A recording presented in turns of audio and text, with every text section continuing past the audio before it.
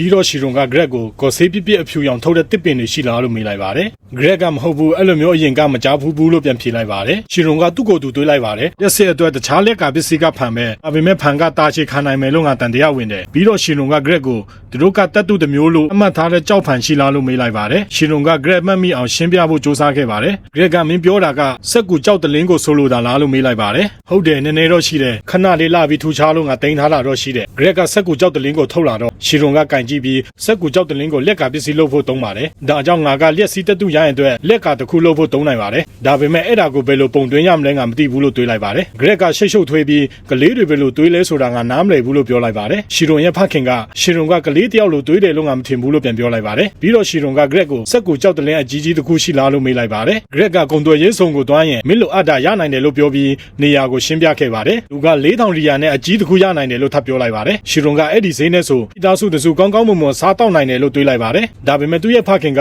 အခုကုံတော်ရေးဆောင်ကိုတွားကြရအောင်လို့ပြောလိုက်ပါတယ်။ရှီရွန်ကအံ့အားသင့်သွားပြီးအဖေကျွန်တော်အတွက်ဝယ်ပေးမှလားလို့မေးလိုက်ပါတယ်။သူ့ရဲ့ဖခင်ကဟုတ်တာပေါ့မင်းလိုအပ်တာပဲလို့ပြန်ဖြေလိုက်ပါတယ်။ရှီရွန်ကဒါပေမဲ့အဖေဈေးကြီးတယ်လို့ပြောလိုက်ပါတယ်။သူ့ရဲ့ဖခင်ကကလေးတွေကဆေးနှုံးကိုစိုးရိမ်စရာမလိုဘူး။မင်းကကိုဘာမှမတောင်းဘူး။မင်းတခုခုလိုအရင်မဆိုင်မတွန်းနဲ့တောင်းပါ။ငါမင်းအတွက်ဝယ်ပေးနိုင်ရင်ဝယ်ပေးမယ်။မဝယ်နိုင်ရင်နင့်ကိုပြောလိုက်မယ်။ရှီရွန်ကဒါကိုပျော်ရွှင်ပြီးသူတို့လက်စီတက်တူရိုင်းကိုရခဲ့ပါတယ်။ပြီးတော့ရှီရွန်စမ်းသပ်မှုစတင်ပြီးငါမျော်လင့်ထားသလိုဖြစ်မယ်ဆိုရင်ဒါဖြစ်လာလိမ့်မယ်လို့ပြောလိုက်ပါတယ်။ရှီရွန်ရဲ့မိခင်ကသူမရဲ့သားမော်ပညာကိုတုံးတာကိုမြင်ရလို့စိတ်လှုပ်ရှားနေပါတယ်။ရှီရွန်မော်စွမ်းအင်ကိုစုစည်းပြီးလက်စီးတက်တူရိုင်းစီဦးတည်လိုက်ပါတယ်။အင်အားနှစ်ခုတိုက်ခိုက်နေပုံရပြီးပောက်ကွဲမှုတစ်ခုဖြစ်သွားခဲ့ပါတယ်။ရှီရွန်ရဲ့ဖခင်ကရှီရွန်ကြဆုံးသွားပြီလို့ထင်ပြီးစိတ်မဆိုးနဲ့မီးမော်ပညာကိုအောင်မြင်ဖို့ငါအကြိမ်ပေါင်းများစွာကြဆုံးဘူးတယ်လို့ပြောလိုက်ပါတယ်။ပြီးတော့ရှီရွန်ကသူ့ရဲ့မိုက်မဲတဲ့ရေတံနဲ့ရေလိုက်တာကြောင့်သူကတခုခုတွေ့ရှိသွားပုံရပါတယ်။ရှီရွန်ရဲ့မိခင်ကသူမရဲ့သားပျော်ရွှင်နေလို့ပြုံးနေပေမဲ့သူ့ရဲ့ဖခင်ကဘာဖြစ်သွားလဲဆိုတာကိုနားမလည်ပါဘူး။ရှီရွန်ကဝမ်းသာအားရခုန်ပေါက်ပြီးလက်စီးတက်တူရိုင်းပေါ်မော်ပညာတုံးကကျွန်တော်ရဲ့လက်တွေမီးမလောင်ဘူး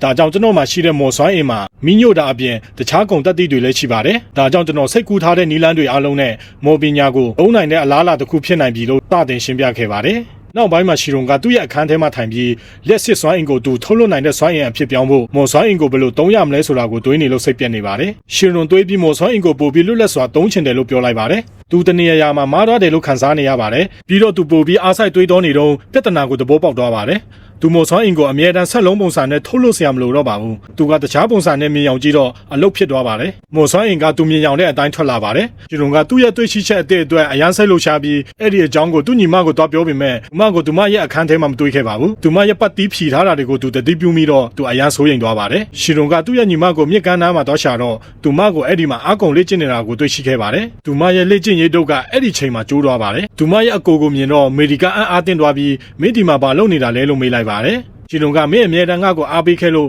့မင်းကိုတောင်းပန်ချင်တယ်ဒါပေမဲ့မင်းငါ့ကိုလိုအပ်တဲ့အချိန်မှာငါမင်းအတွက်အဲ့ဒီချိန်မှာမရှိခဲ့ဘူးလို့ပြန်ဖြေလိုက်ပါတယ်မေဒီကအဲ့ဒါအတွက်ငါစိတ်မဆိုးပါဘူးငါမင်းကိုကာကွယ်ဖို့အမြဲတမ်းအရန်စူးစမ်းပြီးလေ့ကျင့်ခဲ့လို့မနာလို့ဖြစ်ခဲ့တာဒါပေမဲ့အချိန်တန်တော့ငါဘာမှမလုပ်နိုင်ခဲ့ပါဘူးမင်းကငါတို့ကိုကယ်တင်ခဲ့တာပါလို့ပြောလိုက်ပါတယ်ငါအသက်ရှင်ခဲ့လို့ငါပျော်ပါတယ်ဒါပေမဲ့မင်းကိုမကူညီနိုင်တဲ့အတွက်ငါကငါလည်းဒေါသထွက်နေပါတယ်ရှီရွန်ကမေးလိုက်ပါတယ်ဒါကြောင့်မင်းအခုမနာလို့ဖြစ်ပြီးငါ့ကိုမုန်းနေတာလားမေဒီကမဟုတ်ပါဘူးလို့ပြန်ဖြေလိုက်ပါတယ်မင်းကငါရဲ့ညီလေးပါငါမင်းကိုချစ်တယ်အမြဲတမ်းချစ်နေမှာပါငါပြောညံ့ခဲ့တဲ့အတွက်ငါကငါခွင့်မလွတ်နိုင်ဘူးပြီးတော့မင်းတန်မာလာပြီးငါ့ကိုကြော်သွားလို့ငါမနာလို့ဖြစ်တယ်ဒါကြောင့်ငါပို့ပြီးတန်မာပြီးတက်တိရှိဖို့စူးစမ်းနေပါတယ်ရှီရွန်ကဒါကြောင့်မင်းတလောက်စူးစမ်းပြီးလေ့ကျင့်နေတာကိုလို့ပြောလိုက်ပါတယ်မေဒီကဟုတ်တယ်ဘာလို့လဲဆိုတော့မင်းရဲ့မျက်နှာကိုကြည့်တိုင်းအဲ့ဒီနေ့ကဖြစ်ပျက်ခဲ့တာကိုငါအမှားရလို့ပဲလို့ပြန်ဖြေလိုက်ပါတယ်မေဒီကငိုနေပြီးအရန်စိတ်ဆိုးနေပါတယ်ရှီရွန်ကသူမစီသွားပြီးဖက်ကမင်းမဒီခန်းစားချက်တွေအားလုံးရှိနေမှငါမသိခဲ့ပါဘူးငါမင်းအတွက်အဲ့ဒီမှာမရှိခဲ့ဘူးမင်းကိုလည်းအားမပေးခဲ့ဘူးငါအရန်တောင်းပန်ပါတယ်ညီမလေးလို့ပြောလိုက်ပါတယ်မေဒီကငါလည်းမင်းကိုကြမ်းတမ်းခဲ့လို့တောင်းပန်ပါတယ်လို့ပြောလိုက်ပါတယ်ရှီရွန်ကစိတ်မပူပါနဲ့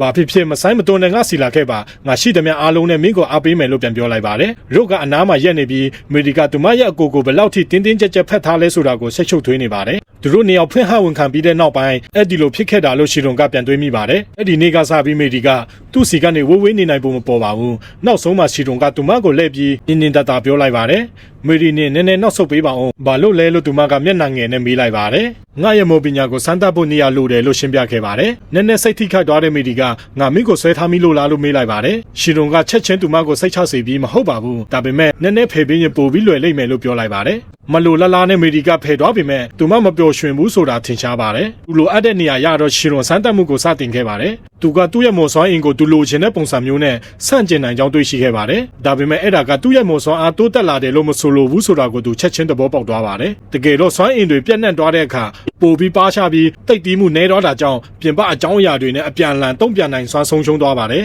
ဒါကိုထည့်သွင်းစဉ်းစားပြီးရှီရွန်ကစွမ်းအင်ကိုပိုပြီးတိတ်တီးအောင်လုပ်ဖို့ဆုံးဖြတ်လိုက်ပါတယ်ပိုပြီးတင်းငယ်ပြီးစုစည်းသွားအောင်လုပ်လိုက်ပါတယ်ဒီနီလန်တစ်ကိုသူစမ်းကြည့်တဲ့အခါစုစည်းထားတဲ့စွမ်းအင်ကိုမိဘွားတစ်ခုနဲ့ညှိပြီးအားကောင်းတဲ့မော်စွမ်းအင်ကိုထုတ်လွှတ်နိုင်ခဲ့ပါတယ်